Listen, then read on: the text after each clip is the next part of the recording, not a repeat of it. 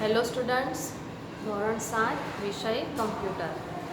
તો બાળકો, આપણે ગઈકાલે લેસન નંબર 3 અલ્ગોરિધમની રચના પરિચય બરાબર એના વિશે અભ્યાસ કર્યો હતો બરાબર.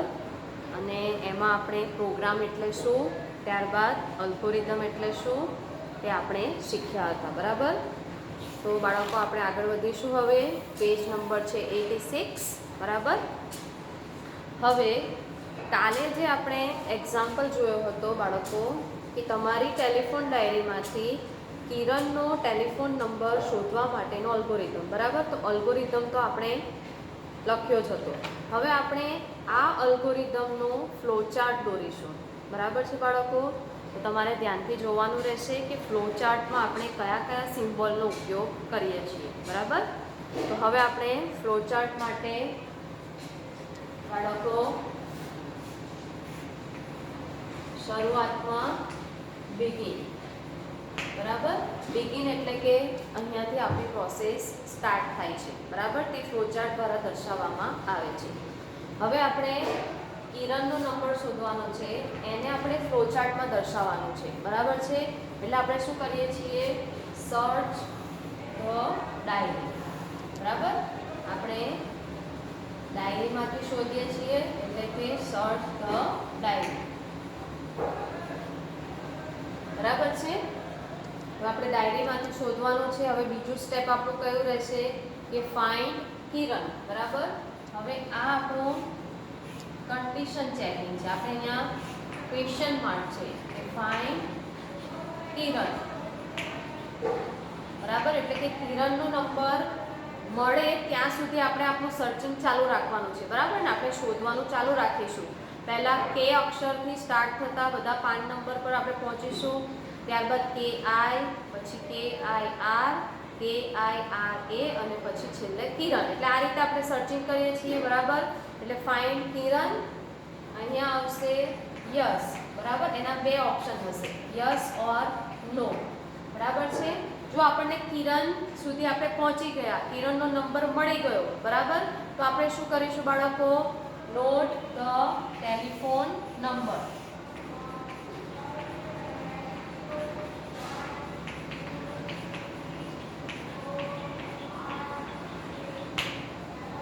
બરાબર. કિરણનો નંબર મળી જાય તો આપણે શું કરીશું, એનો નંબર નોંધી લઈશું અને પછી આપણે એને કોલ કરીશું. એટલે કે ડાયલ ધી નંબર બરાબર. અને છેલ્લે થશે એન્ડ. હવે બાળકો, અહીંયા નો ઓપ્શન પણ છે બરાબર. નો હોય તો શું થશે બાળકો, જો તમને કિરણનો નંબર નથી મળતો ત્યાં સુધી તમારે શોધતા રહેવું પડશે બરાબર. એટલે નો ને આપણે ક્યાં પાથ આપીએ છીએ, અહીંયા સુધી બરાબર. એટલે કે આપણે સૌથી પહેલા કે શોધીશું બરાબર.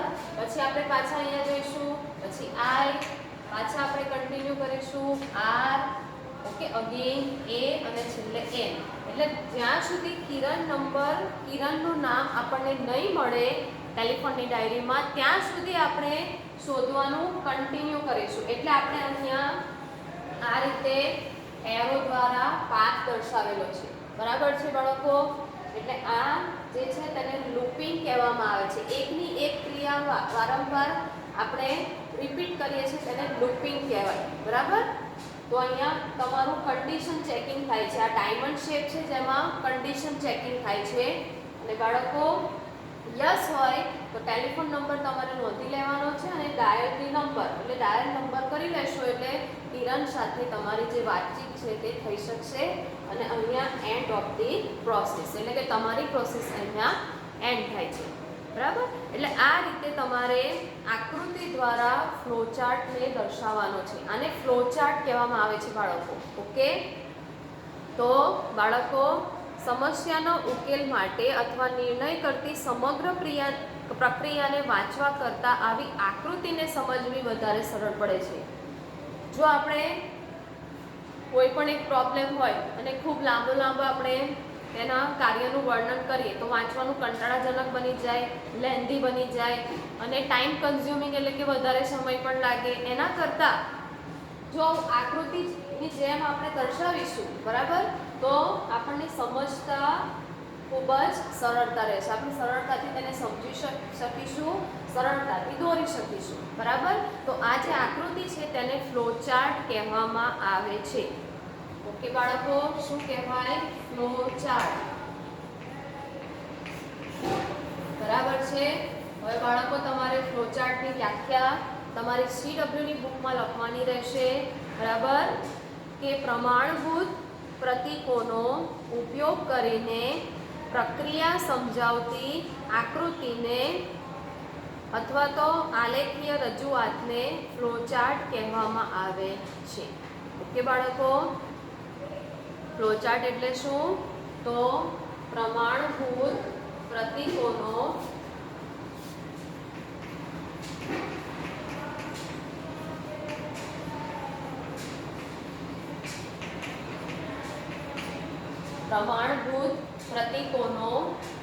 ઉપયોગ કરીને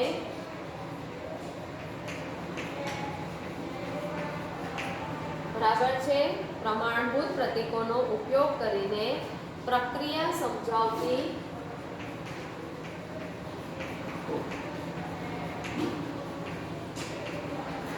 આકૃતિને ફ્લોચાર્ટ કહેવામાં આવે છે. તો આ છે તમારી ફ્લોચાર્ટની વ્યાખ્યા. બરાબર છે બાળકો? તો આ તમારે યાદ રાખવાનું છે. અને અલ્ગોરિધમના બેઝ ઉપર આપણે ફ્લોચાર્ટ દોરીએ છીએ. બરાબર. અને ફ્લોચાર્ટમાં આરંભથી લઈને અંત સુધીની સમગ્ર પ્રક્રિયાનું વર્ણન કરવામાં આવે છે.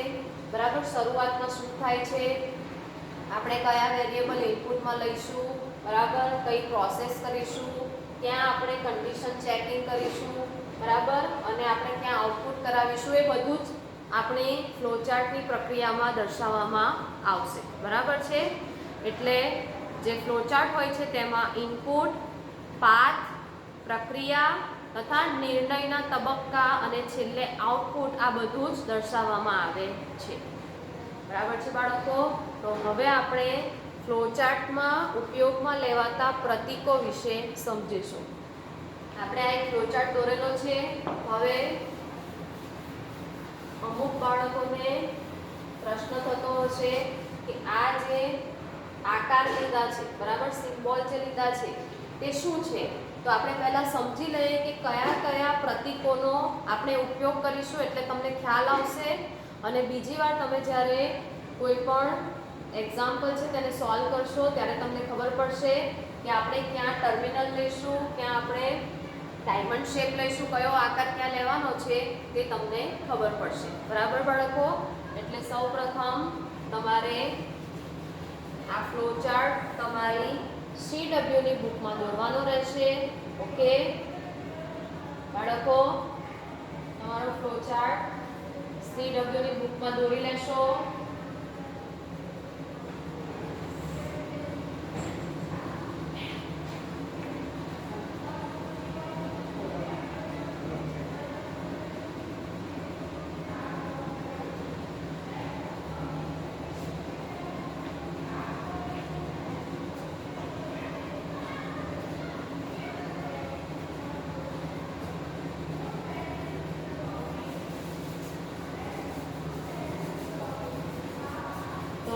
બાળકો, આપણે બરાબર આ ઉદાહરણમાં ફ્લોચાર્ટ દોરેલો છે, તમારે CW માં કમ્પ્લીટ કરવાનો રહેશે. અને હવે આપણે જોઈશું કે ફ્લોચાર્ટમાં કયા કયા પ્રતીકોનો ઉપયોગ થાય છે, એટલે કે સિમ્બોલ્સ. બરાબર. તો તમારે CW ની ગ્રુપમાં હેડિંગ મારવાનું રહેશે. ફ્લોચાર્ટમાં ઉપયોગમાં, બરાબર, ફ્લોચાર્ટમાં ઉપયોગમાં લેવાતા પ્રતીકો.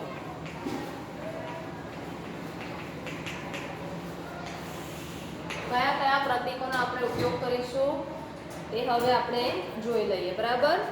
તો સૌથી પહેલા બાળકો, પહેલું પ્રતીક છે જે છે ઓવલ. ઓવલ એટલે કે થશે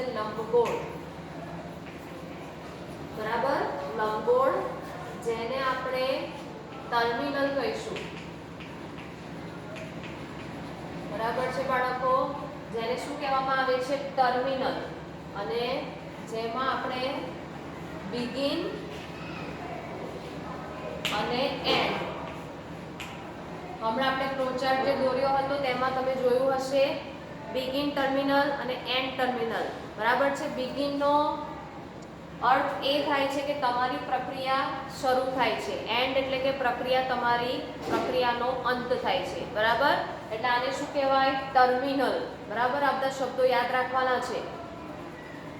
ત્યારબાદ છે બીજું પેરેલોગ્રામ.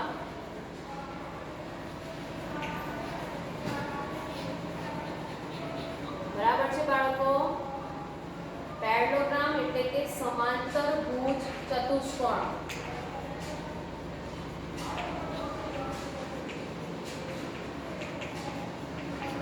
સમાંતર ભુજ ચતુષ્કોણ એટલે કે તેનો આકાર આવો છે બાળકો. બરાબર, ગણિતમાં તમે ભણ્યા જશો તો સમાંતર ભુજ ચતુષ્કોણ તેનો આકાર આવો હશે. હવે આ શાના માટે વપરાય છે? તો ઇનપુટ માટે અને આઉટપુટ માટે. બરાબર, ઇનપુટ અને આઉટપુટ તમારે જ્યારે પ્રક્રિયામાં દર્શાવવાનું હોય ફ્લોચાર્ટમાં, ત્યારે તમારે આ જ આકાર તમારે ઉપયોગમાં લેવાનો છે. બરાબર, હવે ઇનપુટ કરતી વખતે તમારે બાળકો આ રીતે ઇનપુટ એ એટલે કે કોઈ વેરિયેબલ છે, તમે કોઈ પણ વેરિયેબલ લઈ શકો છો. બરાબર છે, A B C D, ક્યાં તો X Y Z P Q R. બરાબર, તમે કોઈ પણ વેરિયેબલ લઈ શકો છો. અથવા તો તમારે બે સંખ્યાનો સરવાળો કરવાનો હોય તો સમ વેરિયેબલ લઈ શકો છો. બરાબર, એડ વેરિયેબલ લઈ શકો છો. એટલે આવા મીનિંગફુલ વેરિયેબલ પણ તમે લઈ શકો છો.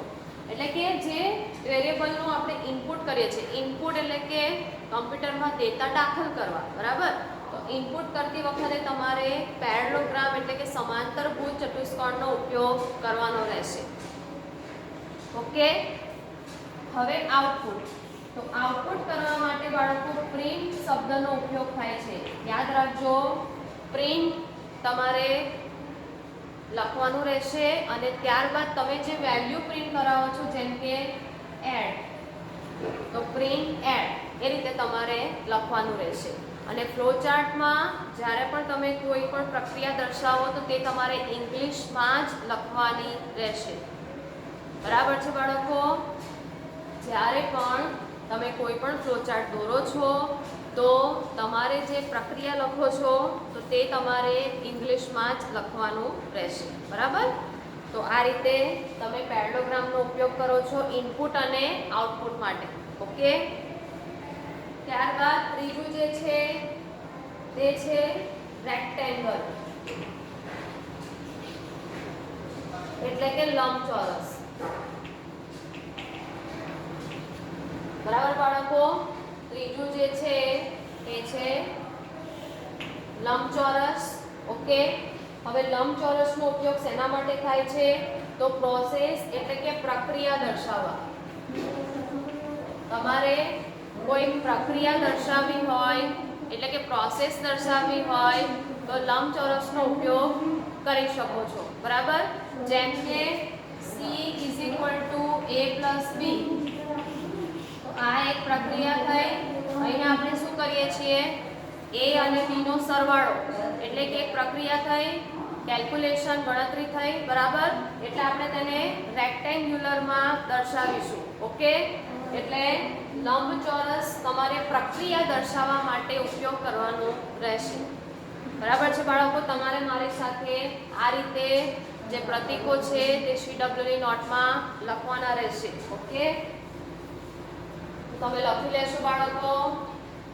હવે નંબર 4, રેક્ટેંગલ પછી આપણે ડાયમંડ શેપ લેવાનો છે એટલે કે સમબાજુ ચતુષ્કોણ.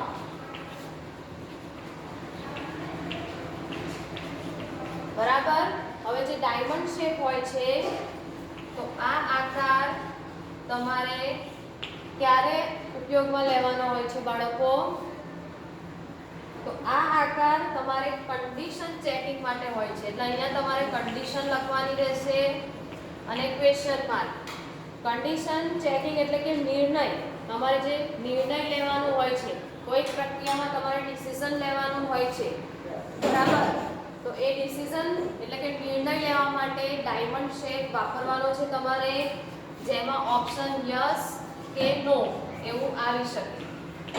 બે ઓપ્શન પણ આવી શકે, બે થી વધારે પણ આવી શકે અને અનલિમિટેડ એટલે કે અગણિત ઓપ્શન પણ આવી શકે, અસંખ્ય, બરાબર?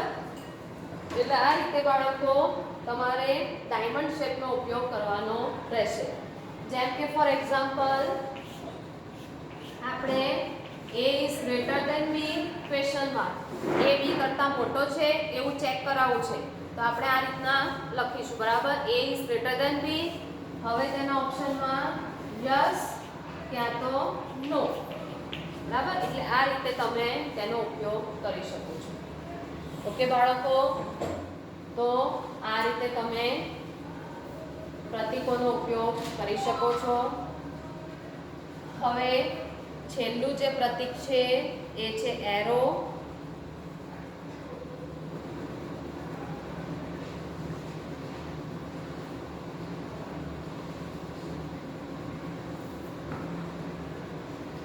હવે બાળકો છેલ્લું પ્રતીક છે એરો. તો બરાબર, સિમ્પલ એરોનો ઉપયોગ કરવાનો છે એટલે કે તીર, બરાબર, જેને એરો કહેવાય છે. તો એરો શું દર્શાવે છે? તો પાથની દિશા સૂચવે છે, બરાબર? પાથ એટલે કે રસ્તો, કઈ તરફ તમારો પાથ જાય છે, રસ્તો જાય છે તે દર્શાવે છે, એટલે કે પાથની દિશા દર્શાવે છે. ઓકે, જેના માટે તમે એરોનો ઉપયોગ કરશો, જેને ફ્લો લાઈન કહેવાય છે, ફ્લો લાઈન. તો બાળકો આ 5 પ્રતીકો જે છે તેનો ઉપયોગ કરીને તમારે વિવિધ પ્રકારના ફ્લોચાર્ટ દોરવાના રહેશે, બરાબર? ખૂબ જ સરળ છે બાળકો. આપણે એક્ઝામ્પલ જોઈશું એટલે આપણને તરત ખ્યાલ આવી જશે કે વિવિધ પ્રકારના પ્રતીકોનો ઉપયોગ કરીને ફ્લોચાર્ટ કેવી રીતે દોરાય, બરાબર? તો હવે આપણે એક ઉદાહરણ જોઈ લઈએ.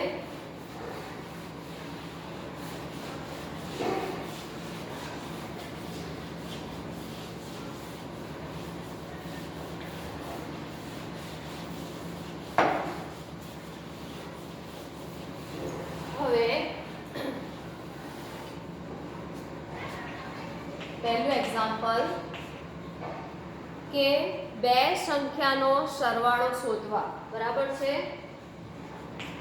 બે સંખ્યાનો સરવાળો શોધવા.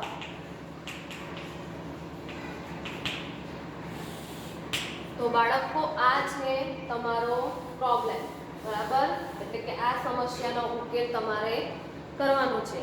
હવે સૌથી પહેલા અલ્ગોરિધમ્સના સ્ટેપ્સ લખવાના રહેશે, ત્યારબાદ તમારે ફ્લોચાર્ટ દોરવાનો રહેશે, બરાબર? તમારે CWની નોટબુકમાં આ રીતે બધા જ એક્ઝામ્પલના ફ્લોચાર્ટ મારી સાથે દોરવાના રહેશે, બરાબર? તો સૌથી પહેલા અલ્ગોરિધમ. તો અલ્ગોરિધમ બાળકો શું રહેશે કે પગલું 1, બરાબર, a અને b બે સંખ્યા લો. બાળકો પહેલા તમારે સૌપ્રથમ તો તમારું જે પ્રોબ્લેમ છે તેના વિશે વિચારવાનું રહેશે. તમારે કરવાનું શું છે? બે સંખ્યાનો સરવાળો શોધવાનો છે. ઓકે, એટલે કે તમારી પાસે બે સંખ્યા જોઈએ. હવે આપણે બે સંખ્યા a અને b ઇનપુટ તરીકે લઈએ છીએ, બરાબર? a અને b કોઈ પણ બે સંખ્યા લેવી પડશે. તમે p q x y કોઈ પણ લઈ શકો. ઓકે, તો બે સંખ્યા આપણે ઇનપુટ તરીકે લેવાની. પછી શું કરવાનું છે? બે સંખ્યાનો સરવાળો કરવાનો છે, એટલે કે આપણે પ્રક્રિયા દર્શાવવાની છે. પ્રક્રિયામાં આપણે કરીશું c a + b, બરાબર? એટલે કે આનો મીનિંગ શું થશે? a અને b નો જે સરવાળો થાય છે તેની વેલ્યુ સી નામના વેરિયેબલમાં સંગ્રહ થાય છે. આ તમારે ખાસ સમજવાનું છે બાળકો. આને અસાઇનમેન્ટ કહેવામાં આવે છે, વેલ્યુ અસાઇનમેન્ટ.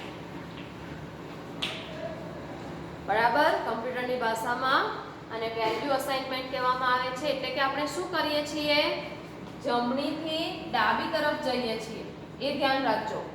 એ અને બી નો સરવાળો જે થાય છે એની જે કિંમત છે, બરાબર, એ આપણે ક્યાં સ્ટોર કરીએ છીએ, સી નામના વેરિયેબલમાં. હવે સી ની જગ્યાએ તમે સમ પણ લઈ શકો, એડ પણ લઈ શકો, તમને જે ગમે તે વેરિયેબલ તમે લઈ શકો છો. બરાબર, એટલે આપણે શું કરીએ છીએ, c = a + b. a અને b નો સરવાળો આપણે ક્યાં સંગ્રહ કરીએ છીએ, c માં.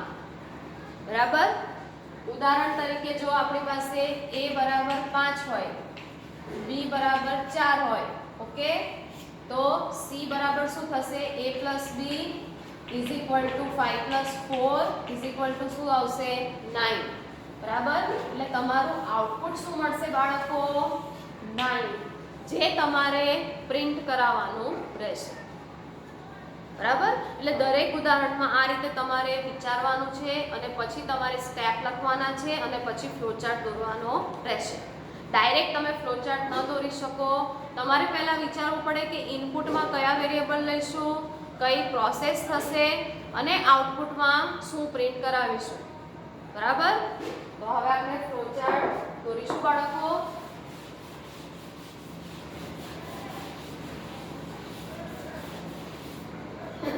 અલ્ગોરિધમના સ્ટેપમાં શું આવશે, પગલું 1, a અને b બે સંખ્યા ઇનપુટ કરાવો. બરાબર, પગલું 2, બંનેનો સરવાળો કરીને પરિણામ c માં સંગ્રહ કરો. બરાબર, અને પગલું 3, c ની કિંમત પ્રિન્ટ કરાવો કે દર્શાવો. આ 3 સ્ટેપ આપણે અહીંયા કરવાના છે. બરાબર, તો આપણે ફ્લોચાર્ટ દોરીશું બાળકો. હવે તમારે અલ્ગોરિધમ પણ લખવાનો છે અને ફ્લોચાર્ટ પણ CW ની બુકમાં લખવાનો રહેશે. બરાબર, તો હવે ફ્લોચાર્ટમાં સૌથી પહેલા બિગિન શું છે, આ શું છે, ટર્મિનલ, એટલે કે તમારી પ્રક્રિયા શરૂ થાય છે. ઓકે, પછી આવશે સમબાજુ ચતુષ્કોણ, સમાંતર બાજુ ચતુષ્કોણ. બરાબર, એટલે કે પેરેલોગ્રામ. બરાબર, કેમ કે આપણે શું કરીએ છીએ, a અને b ને ઇનપુટ કરાવવાનું છે એટલે આપણે આ યુઝ કરીશું અને અંદર શું લખીશું, ઇનપુટ a b. બરાબર બાળકો, ફ્લોચાર્ટમાં તમારે ઇંગ્લિશ લેંગ્વેજનો જ ઉપયોગ કરવાનો છે. ફ્લોચાર્ટની અંદર તમારે ઇંગ્લિશ ભાષામાં લખવાનું રહેશે, ઇનપુટ a and b, ગુજરાતીમાં નહીં. ઓકે, હવે ત્યારબાદ આપણે પ્રક્રિયા માટે શું યુઝ કરીશું, શેનો ઉપયોગ કરીશું, રેક્ટેંગલ એટલે કે ચોરસ. પ્રક્રિયા કઈ થઈ આપણી, c = a + b. બરાબર છે, કેમ કે a અને b નો સરવાળો c માં સંગ્રહ થાય છે એટલે c = a + b. આ શું છે, પ્રક્રિયા છે, એટલે લંબચોરસમાં લખીશું. બરાબર, ત્યારબાદ હવે c માં શું છે, તો પરિણામ છે. બરાબર, એટલે કે આપણે તેને પ્રિન્ટ કરાવીશું એટલે શું લખીશું, પ્રિન્ટ c. અને છેલ્લે શું આવશે બાળકો, એન્ડ, એટલે કે અહીંયા તમારી પ્રક્રિયાનો અંત થાય છે. ખૂબ જ સરળ છે. બરાબર, આ રીતે તમે કોઈ પણ ફ્લોચાર્ટ દોરી શકો છો. ઓકે બાળકો, તો બધાએ CW ની બુકમાં ફ્લોચાર્ટ અને અલ્ગોરિધમ બંને દોરવાના રહેશે. ઓકે, હવે નેક્સ્ટ પીરિયડમાં આપણે બીજા ઉદાહરણ જોઈશું. ઓકે બાળકો, થેન્ક યુ.